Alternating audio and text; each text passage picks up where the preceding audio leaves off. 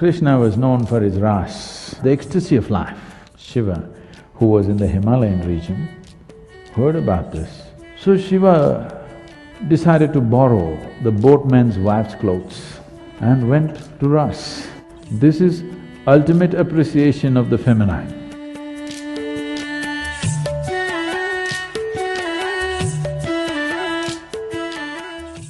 Today is a special day. Today is Krishna Janmashtami. When we say Krishna, there are too many misconceptions about Krishna. But we must understand that his butter business was all till he was 6 years of age or 8 years of age. At the age of 16, when his guru Sandipani made him realize what is the purpose of his life, first of all he left Vrindavan, never again came back. Never again came back to see any of his relatives or the girls or boys of his area. That was the end of it. At 16, he left. When he was leaving, today if we say Krishna, we say Radhe Krishna. Radhe comes ahead of Krishna. Because their love, their intimacy, their romance caught the imagination of a whole culture in the entire subcontinent in such a way that we don't say Krishna Radhe, we say Radhe Krishna. But at the age of 16, he saw her for the last time and never again saw her. And at the age of 16, when he was leaving, he said, "I played this flute for you. Now I'm going and not coming back. So, as an offering to you, for the love that you are, I'm going to give this flute to you and never again play the flute again," and he never again played the flute. From then on it was Radha who played the flute. He never played flute after 16.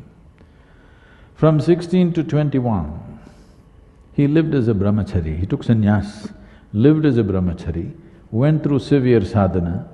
After that, his entire life was committed to marry political life, political process and the spiritual process.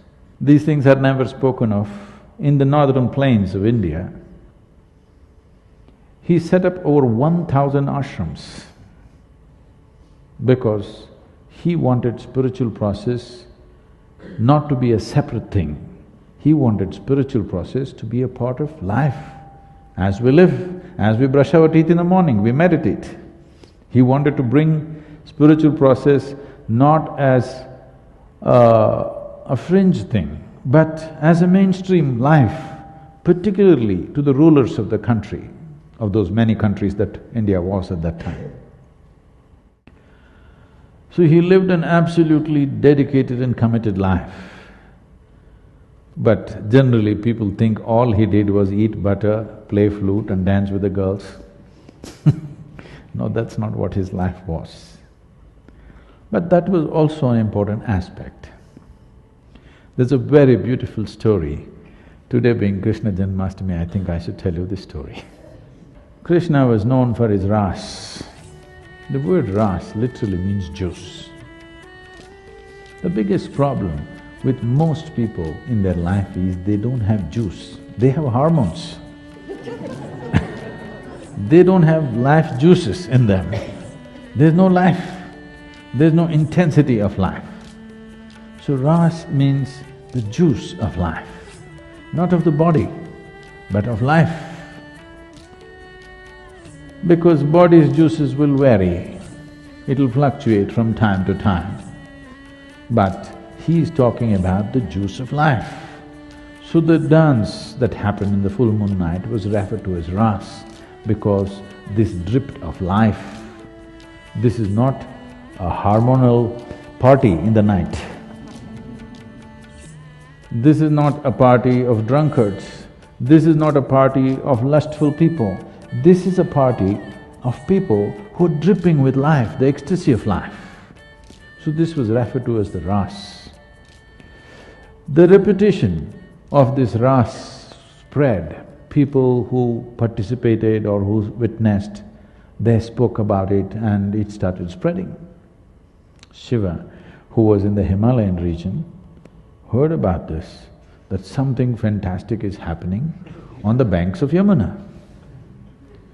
So he wants to see, because he is not the Raas kind, he is Tandav. He closes his eyes, he doesn't know who is around him. Because when he dances, nobody is around him, no man, no woman.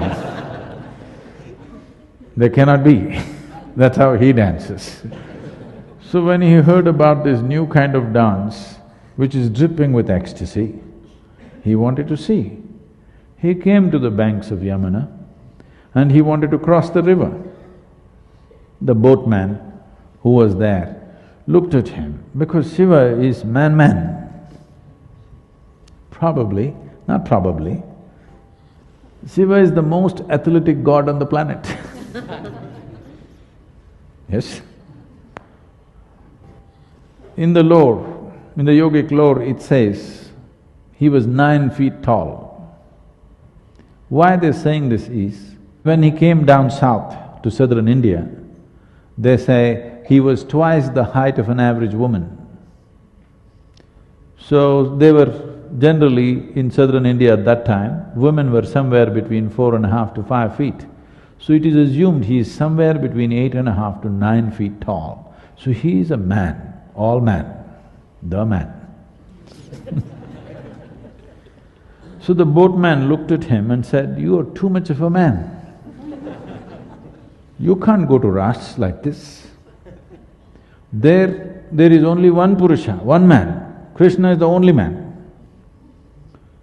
This kind of man cannot go there." Shiva looked and said, "What am I supposed to do?" He said, "At least dress up as a woman and go." He was, "What? Me dressing up as a woman and going?" He said, "Otherwise there's no Raas for you."